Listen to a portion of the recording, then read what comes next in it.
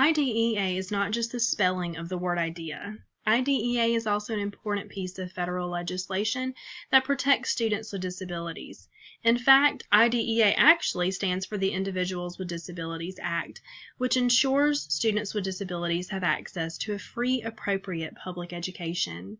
In public schools currently, the largest set of students with disabilities are classified as learning disabled.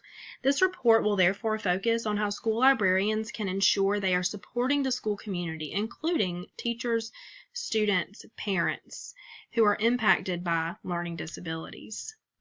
As an integral part of a school's education fabric, school librarians can help meet the needs of students with learning disabilities by developing an inclusive and accessible collection and providing resources to ensure literacy is available for everyone.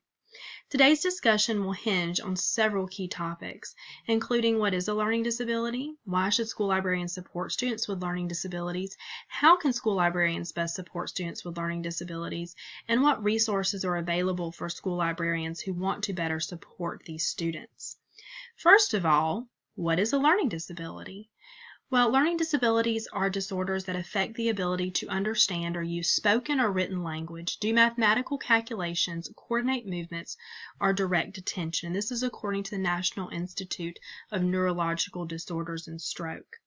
Based on this information, there are several important things librarians need to know and keep in mind as they develop their collection and curate resources, including the fact that although special education is the most common treatment for learning disabilities, these students spend the majority of their time in general education classes. Therefore, this population is not easily identified from outside factors. Additionally, the National Center for Education Statistics has reported the number of students with learning disabilities continues to grow from year to year. As this graph shows, 34% of public education students are identified as having a specific learning disability, markedly the largest group on the graph. Although learning disabilities are not all in the area of reading or language, the majority of them actually are. As the literacy leader of his or her school, how then can librarians best support the entire school, including the large portion of the population with learning disabilities? One, they can develop collections that support those with learning disabilities. Secondly, they can provide access to beneficial resources. And thirdly, they can make collaboration and curation a priority. In developing the library's traditional book collection, there are several ways librarians can increase engagement and provide books that support students with a learning disability. Research shows that reading engagement is linked to reading achievement. Therefore, purchasing books that are engaging to their student population is important. Additionally, adding books to the collection that are on a variety of reading levels and that are high interest to the student population is also necessary. One book genre that has skyrocketed in popularity is the graphic novel, and Fenty and Burden cite several studies that show graphic novels can improve reading achievement.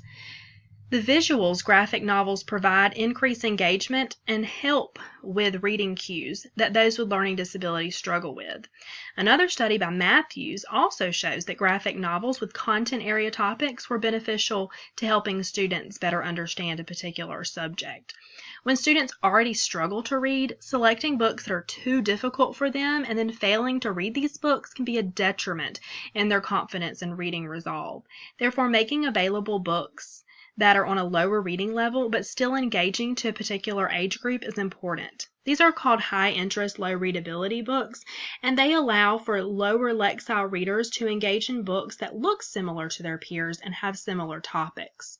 Lastly, librarians can increase reading engagement by adding books that appeal to students' interests, as research has shown that students are more likely to read a book if the topic interests them. Similarly, having a diverse selection can make reading more appealing if the potential reader can identify with the characters or subject matter. Collection development, however, can and should go beyond the printed book. Digital texts, ebooks, and audiobooks are other types of texts that have been shown to increase reading engagement in students with a learning disability. And providing access to beneficial resources going beyond the print collection can be helpful, as well as providing digital resources, access to assistive technology, training on assistive technology, and resources for parents and guardians. As Gonzalez notes, students with reading disabilities do not practice the task of reading enough. Therefore, finding tools to make reading more accessible to students is imperative. Ebooks are an excellent format because they still have many qualities of a printed book. For example, pages and the ability to mark a page for later reading. But they have features that a printed book does not, like TTS and enhancements. TTS is one feature, which means text-to-speech. This allows students to hear words or sections of the book read aloud as they follow along. One study found that students who read an ebook with full TTS narration had higher scores on oral retelling of the text as compared to students who read a print or traditional book with no additional supports. Many devices like various e-readers have embedded text-to-speech, and as the ebook market grows, more books have the option of human voice narration. Books can also have enhancements, like the ability to highlight or read certain words when selected. As librarians develop an inclusive ebook collection, these are some things they need to keep in mind, according to literacy professor Bridget Dalton. 1, ebooks that offer TTS or human voice narration. 2, ensure that media enhancements are beneficial and not distracting. And 3, providing students with training on actually using the ebooks. Some ebooks may be used on devices that could be classified as assistive technology. So what is assistive technology? Assistive technology, or AT, device is any item, piece of equipment, or product system, whether acquired or commercially off the shelf, modified or customized, that is used to increase, maintain, or improve the functional capabilities of individuals with disabilities. Examples of this include, but are certainly not limited to, e-readers, screen readers, talking books, like books on a CD or audiobooks, and even reading pens. These types of technology have been shown to support readers with learning disabilities in the area of reading. Librarians can help by investing in these resources when possible and the budget allows, curating free online resources for students, parents, and family members, and lastly, by providing training on those resources to the aforementioned parties. As librarians are developing their print and digital collections and resources, it is important for them to work with both regular and special education teachers, as well as curating resources that are free and readily available for their school's stakeholders. For example, one study found that many teachers are unaware of available resources for their students with disabilities. Collaboration, therefore, can allow librarians to provide needed training and access, while also allowing them to better understand students' needs as they interact with the teachers who spend the most time with them.